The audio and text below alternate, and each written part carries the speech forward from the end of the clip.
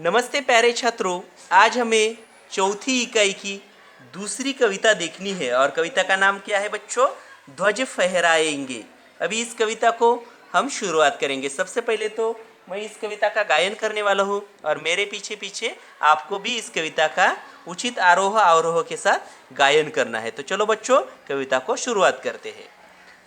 हम नन्हे नन्हे बच्चे हैं, नादान उम्र के कच्चे हैं, पर अपनी धुन के सच्चे हैं। जननी की जय जय गाएंगे, भारत का ध्वज फहराएंगे। और एक बार बोलो बच्चों, हम नन्हे नन्हे बच्चे हैं, नादान उम्र के कच्चे हैं, पर अपनी धुन के सच्चे हैं। जननी की जय जय गाएंगे, भारत का ध्वज फहराएंगे। अपना पथ कभी न छोड़ेंगे, अपना प्रण कभी न तोड़ेंगे। हिम्मत से नाता जोड़ेंगे, हम हिमगिरी पर चढ़ जाएंगे, भारत का ध्वज फहराएंगे। हम भय से कभी न डोलेंगे, अपनी ताकत को तोलेंगे। हम भय से कभी न डोलेंगे, अपनी ताकत को तोलेंगे। साहस की बोली बोलेंगे, पग आगे सदा बढ़ाएंगे, भारत का ध्वज फहराएंगे। देखो बच्चों, आपको इस प्रकार इस कविता का उचित आरोह अवरोह के साथ गायन करना है। और इस कविता के कवि कौन है? सोहनलाल त्रिवेदी। सोहनलाल द्विवेदी इन्होंने यह कविता लिखी हुई है।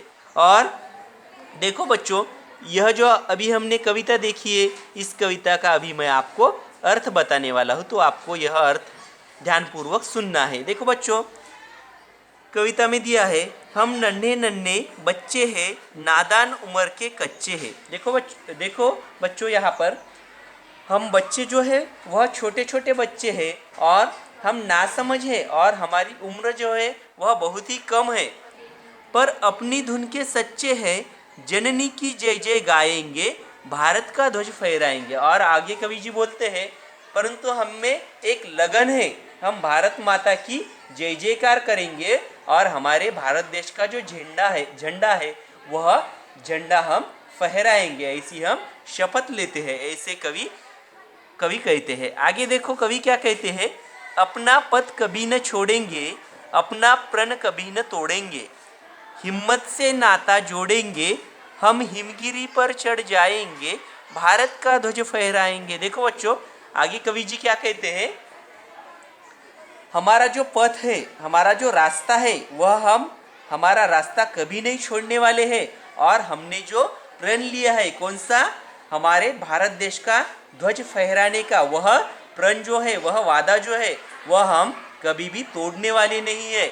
हिम्मत से नाता जोड़ेंगे, हम हिमगिरी पर चढ़ जाएंगे, भारत का ध्वज फहराएंगे।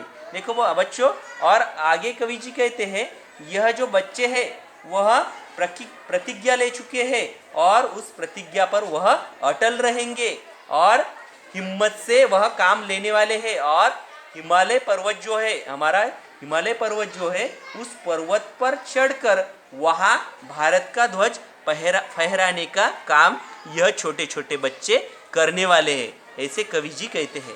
आगे देखो बच्चों, कवि जी आगे क्या बोलते हैं, देखो, हम भय से कभी न डोलेंगे, अपनी ताकत को तोलेंगे, साहस की बोली बोलेंगे, पग आगे सदा बढ़ाएंगे, भारत का ध्वज फहराएंगे। देखो आगे कवि जी क्या कहते हैं बच्चों, हम कभी भी डर से या भय से कभी भी हम हटने वाले नहीं है और हमारी ताकत जो है वह पूरी ताकत से हमने जो यह वादा किया है वह वादा पूरा करने वाले हैं।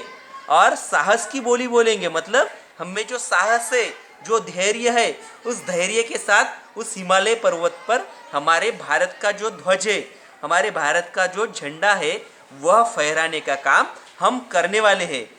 पग आगे सदा बढ़ाएंगे और हमारे जो कदम है वह हम कभी पीछे नहीं हटाएंगे, वह आगे आगे बढ़ने वाले हैं और भारत का ध्वज फहराएंगे। और अंत को कवि जी यहाँ पर बोलते हैं कि हमारे भारत का जो ध्वज है वह ध्वज फहराने का वादा, जो कसम, जो प्रतिज्ञा ली है वह पूरी कर कर ही हम छोड़ेंगे। ऐसे यह बच्चे ऐसे करने वाले हैं। इस प्रकार यहाँ पर बच्चों आपकी जो कविता है कौन सी, ध्वज फहराएंगे, यह कविता यहाँ पर पूरी हो जाती है। तो बच्चों इस कविता का जो अर्थ है वह आपके समझ में आया है ना बच्चों? ठीक है, तो आपको इस प्रकार इस कविता का गायन भी करना है और यह जो कविता आपको दी है इस कविता का पाठांतर भी करना है। ठीक है, धन्यवाद।